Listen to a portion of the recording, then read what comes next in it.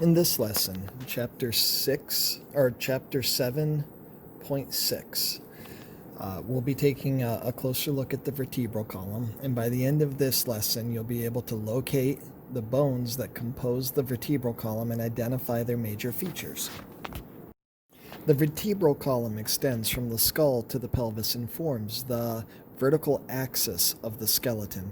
It is composed of many bones, or bony parts called the vertebrae, separated by masses of fibrocartilage called the intervertebral discs, and connected to one another by ligaments.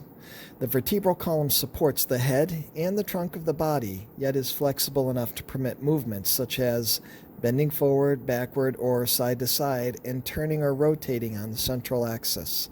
It also protects the spinal cord. An infant has 33 separate bones in the vertebral column. 5 of these bones eventually fuse to form the sacrum, and 4 others join to become the coccyx. As a result, an adult vertebral column has 26 bones. An adult vertebral column will contain 7 cervical vertebrae, 12 thoracic vertebrae, 5 lumbar.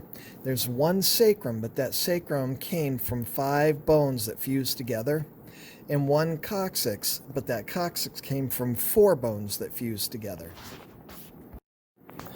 Normally, the vertebral column has 4 curvatures, which give it a degree of resiliency. The names of the curves correspond to the regions where they are located. The thoracic and sacral curvatures are concave anteriorly and are called primary curves. The cervical curvature in the neck and the lumbar curvature in the low back are convex anteriorly and are called secondary curves. The cervical curvature develops when a baby begins to hold its head up, and the lumbar curvature develops when a child begins to stand. A typical vertebrae. The vertebrae in different regions of the vertebral column have special characteristics, but they also have features in common. A typical vertebrae has a drum-shaped body which forms the thick anterior portion of the bone. A longitudinal row of these vertical bodies supports the weight of the head and trunk. The intervertebral discs, which separate adjacent vertebrae, are fastened to the roughened upper and lower surfaces of the vertebral bodies. These discs cushion and soften the forces generated by such movements as walking and jumping, which might otherwise fracture vertebrae or jar the brain. The bodies of adjacent vertebrae are joined on their anterior surfaces by anterior longitudinal ligaments, and on their posterior surfaces by posterior longitudinal ligaments. Projecting posteriorly from each vertebral body are 2 short stacks called pedicles. They form the sides of the vertebral foramen. 2 plates called laminae arise from these pedicles and fuse in the back to become a spinous process. The pedicles, laminae, and spinous processes together complete a bony vertebral arch around the vertebral foramen. The vertebral foramina form a vertebral canal through which the spinal cord passes. If the lamina of the vertebrae fail to unite during development, the vertebral arch remains incomplete, causing a condition called spina bifida. The contents of the vertebral canal protrude outward. This condition occurs most frequently in the lumbosacral region. Spina bifida is associated with folic acid deficiency in certain genetically susceptible individuals. Between the pedicles and laminae of a typical vertebrae are the transverse processes, which project laterally and posteriorly. Various ligaments and muscles are attached to the dorsal spinous process and the transverse processes. Projecting upward and downward from each vertebral arch are superior and inferior articular processes. These processes bear cartilage-covered facets by which each vertebra is joined to the one above and the one below it. On the lower surface of the vertebral pedicles are notches that align with adjacent vertebrae to help form openings called the intervertebral foramina. These openings provide passageways for spinal nerves. The cervical vertebrae. 7 cervical vertebrae compose the bony axis of the neck. These are the smallest vertebrae, but their bone tissues are denser than those in any other region of the vertebral column. The transverse process of only the cervical vertebrae have a transverse foramina, which are passageways for arteries leading to the brain. Also, the spinous processes of the 2nd through 6th cervical vertebrae are uniquely forked. These processes provide attachments for muscles. The spinous process of the 7th cervical is longer and protrudes beyond the other cervical spines.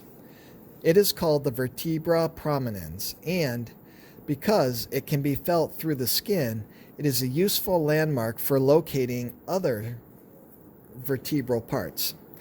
2 of the cervical vertebrae shown are of special interest. The first cervical, or the first vertebra in the first cervical vertebra, has a different name. It's called the atlas, and it supports the head. It has practically no vertebral body or spinous and appears as a bony ring with 2 transverse processes. On its superior surface, the atlas has 2 kidney-shaped facets which articulate with the occipital condyles. The second cervical vertebra, called the axis, bears a tooth-like dens called the odontoid process on its body. This process projects upward and lies within the ring of the atlas, the first cervical vertebra. As the head is turned from side to side, the atlas pivots around the dens. Thoracic vertebrae. The 12 thoracic vertebrae are larger than those in the cervical region. Their transverse processes project posteriorly at sharp angles. Each thoracic vertebrae has a long, pointed spinous process which slopes downward. Thoracic vertebrae, except for T11 and T12, have 2 costal facets that articulate with the ribs. So basically, T1 through T10 all articulate with ribs on either side.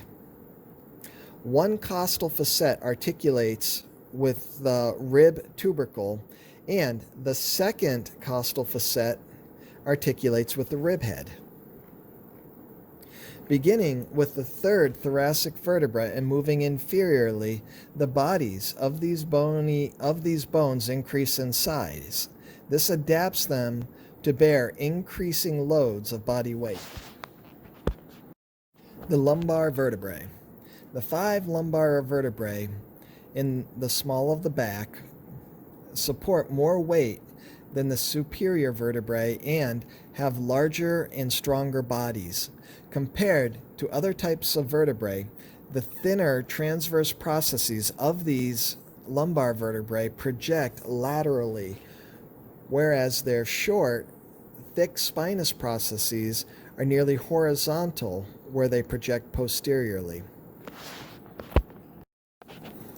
The sacrum is a triangular structure at the base of the vertebral column. It is composed of 5 vertebrae that develop separately but gradually fuse between ages 18 and 30. In some individuals, only 4 vertebrae fuse to form the sacrum, and the 5th vertebrae becomes a 6th lumbar vertebrae. The spinous processes of these fused bones form a ridge of tubercles called the median sacral crest. Nerves and blood vessels pass through rows of openings called the posterior sacral foramina, located to the sides of the tubercles. The sacrum is wedged between the hip bones of the pelvis and joins them at its auricular surfaces by the fibrocartilage of the sacroiliac joints. The pelvic girdle transmits the body's weight to the legs at these joints. The sacrum forms the posterior wall of the pelvic cavity. The upper anterior margin of the sacrum, which represents the body of the first sacral vertebrae, is called the sacral promontory.